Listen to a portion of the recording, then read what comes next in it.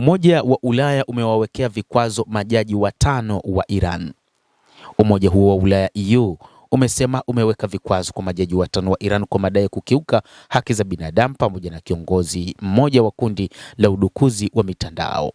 Baraza hilo limesema pia limemwekea vikwazo Nima Saleh, mwanzilishi wa kundi la udukuzi la Ashien ambalo linaelezwa kushirikiana kwa karibu na polisi wa mtandao wa Iran Fatah, ambao tayari wamewekewa vikwazo na Umoja wa Ulaya pamoja na kikosi cha walinzi wa mapinduzi ya Kiislamu IRGC.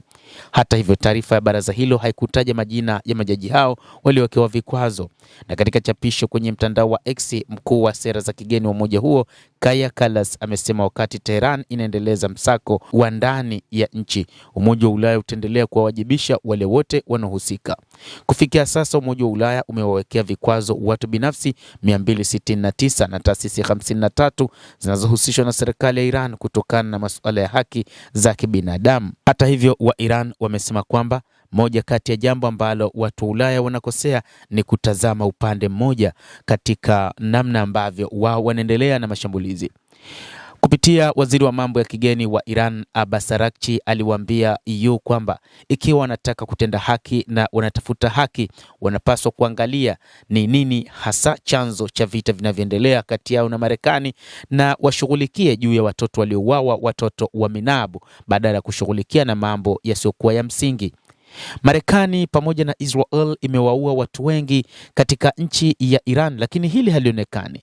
Watoto wa Minabu wasiokuwa na hatia 168 pamoja na walimu wao wameuawa bila hatia kwa mashambulizi yaliyofanywa na Marekani na Israel, lakini Umoja wa Ulaya wala hautazami juu ya hilo. Unaona juu ya majaji ambao walikamata watu waliokuwa wakileta vurugu ndani ya Jamhuri ya Kiislamu ya Iran, jambo ambalo ni masuala ya ndani yanayofanywa ndani ya Jamhuri hiyo ya Kiislamu ya Iran. Lakini pia hoja nzito kutoka kwa Iran ni kwamba kuna mambo mengi yaliyokuwa yakifanywa katika nchi za Ulaya, hasa kukandamiza baadhi ya maandamano, lakini wao hawayaoni. Huko nchini Italy, Ujerumani kulifanyika maandamano mengi na baadhi ya watu wakikamatwa, lakini hili halikuonekana kuwa la msingi. Nchini Marekani kwenyewe watu waliandamana kutokana na rais wa Marekani waondoa wahamiaji kwa nguvu kubwa, lakini hili pia halikuonekana kama ni ukiukwaji wa haki za binadamu. Mtazamaji, hayo ndio ambayo tunayo, ni kile ambacho watu wa Umoja wa Ulaya EU wameamua kuwawekea vikwazo majaji watano kwa kile wanachokitaja kwamba ni ukiukwaji wa haki za kibinadamu uliofanywa na nchi ya Iran. Lakini pia wa Iran wakihoji juu ya mambo mengi mazito iliyofanywa na baadhi ya nchi za Umoja wa Ulaya, lakini pia wakizungumzia mashambulizi yaliyofanywa na wa Marekani pamoja na Israel, wakiyataja hasa yale ya Minabu. Endelea kutufuatilia, lakini nikusihi usisahau kulike, usisahau kucomment, kadhalika usisahau kusubscribe channel yetu hii ili upate habari hizi kwa mapana kupitia The World News. Jina langu ni Adam Hussein.